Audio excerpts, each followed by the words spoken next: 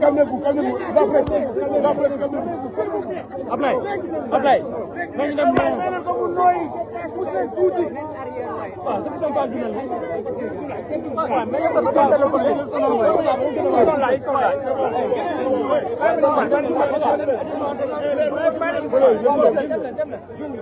La presse.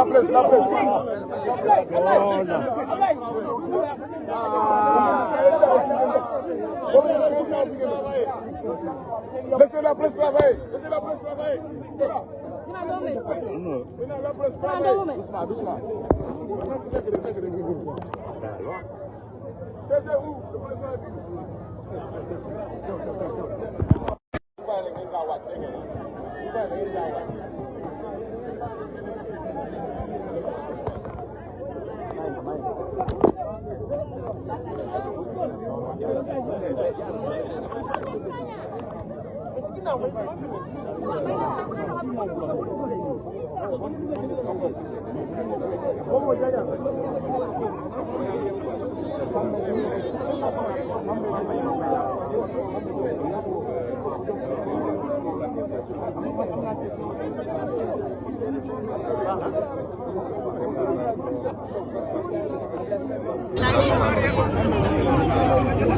C'est triste que notre administration en ce moment soit liée à cela. Cela démontre encore la face des Sénégalais et du monde entier de tout ce qui a été fait depuis que une machination pour empêcher une candidature. Et une fois que ce résultat a été obtenu, et sans que rien n'ait changé, il a été remis sur ces listes électorales. Je ne dis pas ça pour m'en plaindre ou pour me minimiser, mais c'est un moyen de dire aux Sénégalais, de rappeler aux Sénégalais la tâche ces dernières années. L'État a lancé notre programme du candidat Bassirou Diomaye Faye, la réforme de l'État et de l'administration, pour que les injustices cessent et pour que plus jamais l'État ne soit détourné de sa véritable mission, celle de servir le peuple et non pas celle de servir des causes politiques. Ceci dit, j'ai dit que c'est une journée qui démarre avec ce constat triste, mais qui va se terminer dans la joie, parce que je suis convaincu qu'à l'issue de cette journée, Inch'Allah, notre candidat, Bassirou Diomaye Faye, sera largement élu, et dès le premier tour. Et cela est d'autant plus évident à nos yeux que nous observons une forte affluence des Sénégalais, de la diaspora et de l'intérieur du pays. Je crois qu'on n'a jamais vu une telle affluence dès les premières heures du scrutin. Et nous savons que cette affluence-là est due particulièrement à notre candidature. Et cette affluence est particulièrement jeune aujourd'hui. Ils avaient chantonné partout que ces jeunes ne voteraient pas. Et nous nous rendons compte qu'ils sont massivement venus dans les bureaux de vote dès 6 h du matin, 7 h du matin. Cette affluence est également générale, les femmes, les personnes âgées. Et nous sommes convaincus qu'à l'issue de cette journée, la victoire sera éclatante. Et que ce soir, Inch'Allah, à 21 h, nous aurons les premières tendances qui montreront que le candidat Bassirou Diomaye Faye passe à plus de 50%, à largement plus de 50% du suffrage. Vous avez certainement eu des échos au niveau national. Qu'est-ce qu'on peut retenir? Pour le moment, on ne nous a pas encore signalé d'incident. En tout cas, pas d'incident majeur. Nous souhaitons que cette journée se déroule de cette manière-là jusqu'à la fin, qu'il n'y ait pas d'incident, que les Sénégalais sortent voter massivement. Ils vont le faire parce qu'ils comprennent les enjeux. Contrairement à ce que les politiciens de l'autre bord croient, les Sénégalais comprennent les enjeux. Et L'enjeu d'aujourd'hui, c'est de montrer que le mensonge, la roublardise, l'argent sale ne l'emporteront jamais sur la vertu et la vérité. Et les Sénégalais démontreront que les vertus dont on s'est paré depuis longtemps, en Wolof on parle là de Djom, de Fulla, de Faïda, de Coléré, que toutes ces vertus-là soient encore présentes au Sénégal et que les Sénégalais sauront faire la part des choses. Et que aucun lobby étranger également ne leur choisira un président de la République. Et c'est pourquoi nous allons lancer encore une fois cet appel-là pour demander aux Sénégalais de continuer à sortir massivement. Nous souhaitons que le taux de participation de cette année soit un taux de participation record depuis l'indépendance jusqu'à aujourd'hui, qu'on puisse dépasser les 70 ou 75% de taux de participation. Ce sera indicatif pour la légitimité du président que nous allons choisir, c'est-à-dire le président Bassirou Diomaye Faye. Nous lançons cet appel-là, mais nous lançons également un appel à la vigilance, particulièrement des jeunes qui continuent d'organiser les rondes et les brigades de surveillance et de sécurisation des élections. On a vu ce qui s'est passé hier à Ziguinchor. On a vu en tout cas une vidéo circuler qui faisait état de Bissau-Guinéens qui auraient été transportés par des acteurs politiques locaux pour venir voter au Sénégal. Nous avons toujours dit aux jeunes que c'est à vous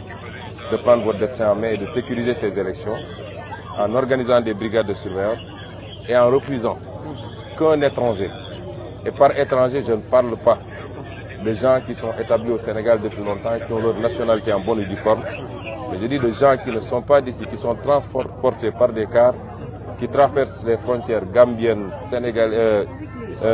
bissau-guinéennes ou mauritaniennes pour venir voter au Sénégal. Il faut que les jeunes prennent leurs responsabilités pour l'empêcher par tout moyen possible. Parce que c'est une élection du Sénégal, par les Sénégalais et pour les Sénégalais.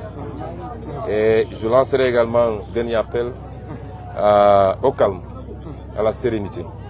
En tout cas, nous n'avons aucun intérêt à ce que ces élections soient perturbées parce que nous allons les gagner s'il plaît à Dieu. Je dois lancer un appel pour éviter de répondre aux provocations. Nous savons que dans certaines zones, particulièrement dans le Baol, dans le département de Mbaké, le plan c'est de créer des provocations pour qu'il y ait des rixes, pour qu'il y ait des affrontements et que les autorités en tirent des conséquences pour demander la suspension du vote. Nous demandons à tout le monde de garder son calme, sa sérénité et nous lançons un dernier appel au ministre de l'Intérieur pour qu'il sécurise les Sénégalais qui doivent venir voter. Ça ne doit pas être l'affaire des jeunes, en principe, mais si l'État est défaillant, les citoyens prendront leurs responsabilités pour sécuriser leur vote. Et nous lançons un appel au ministre de l'Intérieur que toutes les dispositions soient prises pour éviter que ça et là,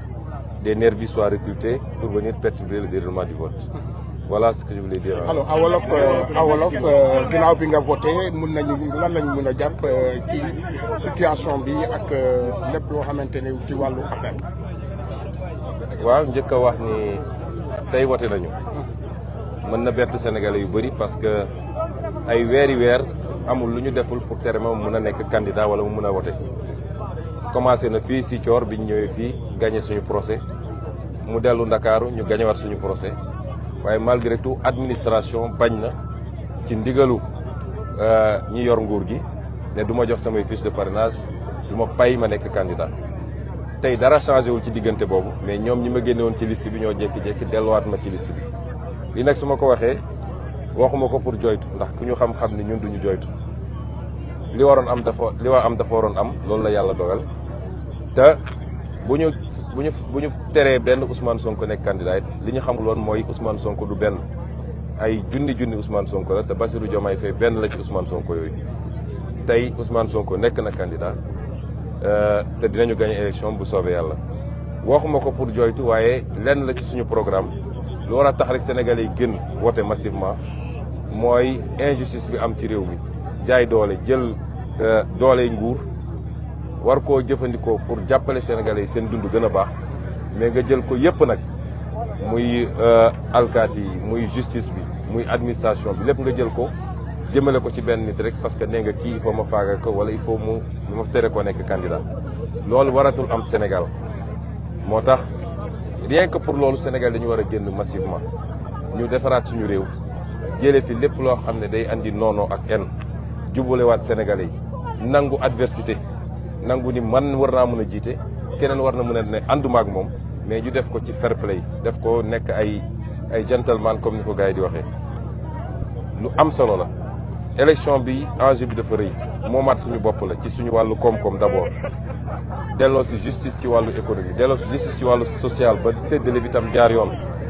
mais moomaat suñu bopp li ñuy wax souveraineté loolu mooy solo élection bi moo tax ma doon wax ni mooy élection bu gën a am solo bi ñuy Sénégal ba léegi moo gën a am solo sax indépendance man gëm naa ni suñu véritable indépendance tey jii lay door bu soobee yàlla moo tax ñuy wax sénégalais yëpp dañu génn massivement bëgg nañ taux de participation bi weesu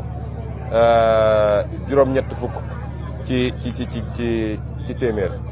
loolu mooy li ñuy ñaan te li ñu gisagum balaa may ñëw xool naa image yu bëri bi mooy suñu 5e élection waaye mosuma gis à 10 heures du matin farlu bu mel nii ci bureau de vote yi muy fii muy diaspora bi kon am nañu yaakaar ni Sénégalais yi xam nañu enjeu bi te dinañ gën massivement voté te élection bi du am 2e tour gëm naa ni tey dinañ ko gagné au premier tour incha allah te gëm naa ni yàlla bëgg na Sénégal tam Sénégalais yi dinañ wane ni dem dajale alal goo xam ne lewul daganul wala nga dem ay waa bitim réew ngemb la wala nga yaakaar ni ci caaxaan ak ci naxaate mën nga jël réew dinañ wane ni loolu Sénégalais li ñu doon woote suñu maam yi doon ko woote ñu xam ñu ci dëggu ci jom ci fulla ci ngor ci doylu Sénégalais dinañ ko jëmbalaat tey en votant massivement pour le candidat Bassirou Diomaye Faye kon di lancer aussi un appel ministre de l'intérieur am nañ jot bu rafet ci moom Sénégal yëpp am nañ ko jàpp nañ ne xam nañu moom tam xam na enjeu yi te bëggul jóge fii ñu koy woy bu ñaaw waaye ñu koy gën a soññ rek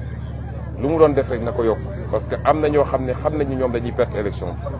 seen pexe yëpp mooy nu ñuy def ba perturber ko loolu tam ñu ciy dellu lancer appel ministre de l'intérieur mu renforcer kaaraange électeurs yi Sénégal yëpp mën a génn voter ci seen teyu bakkan ñibbi seen kër tranquillement ngoon ñi dépouiller ñu xam tendance yi teel a leer ñu xam ni victoire bi fii la féete di continuer lancer aussi un appel à toutes les populations mais particulièrement ndaw ñi parce que ndaw ñi xam nañ li xew waaye ñoom ñoo mën a gën a sécuriser vote bi lañ leen doon wax rek bu ñu nangu ñuy jëlee ay nit feneen ñoo xam ne bokkuñu ci réew mi gis nañ liñ fi xew démb Ziguinchor te ñu ngi koy signaler feneen ak feneen booru Mauritanie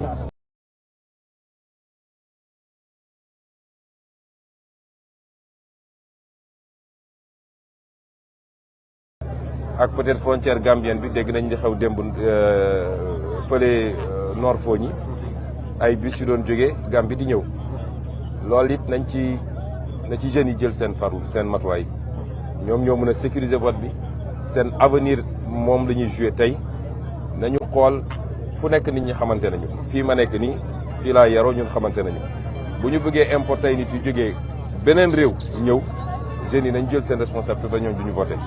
ku fi ñëwit ak ay mallette d'argent am taxaw ci buntu bureau de vote yi naan day jënd ay nit na jeunes yi digaaleeg moom parce que loolu loi moo ko njëkk a interdire jàpp naan loolu yëpp bu ñu ko dajalee tey ci ngoon bu soobee yàlla Sénégal dina am un nouveau président di président bu jub président bu compétent président bu xarañ waaye dina am une nouvelle équipe parce que jiitaluñu nit rek def ko ab yonent waaye dañoo am projet boobu moo tax bu ñu gàllankooree Massamba ma dem ba mun koo continuer te loolu la ñu yéene Sénégal te xam naa ne Sénégal yéene nañ ko seen bopp kon ñu ngi leen di gërëm di leen sant merci. Mama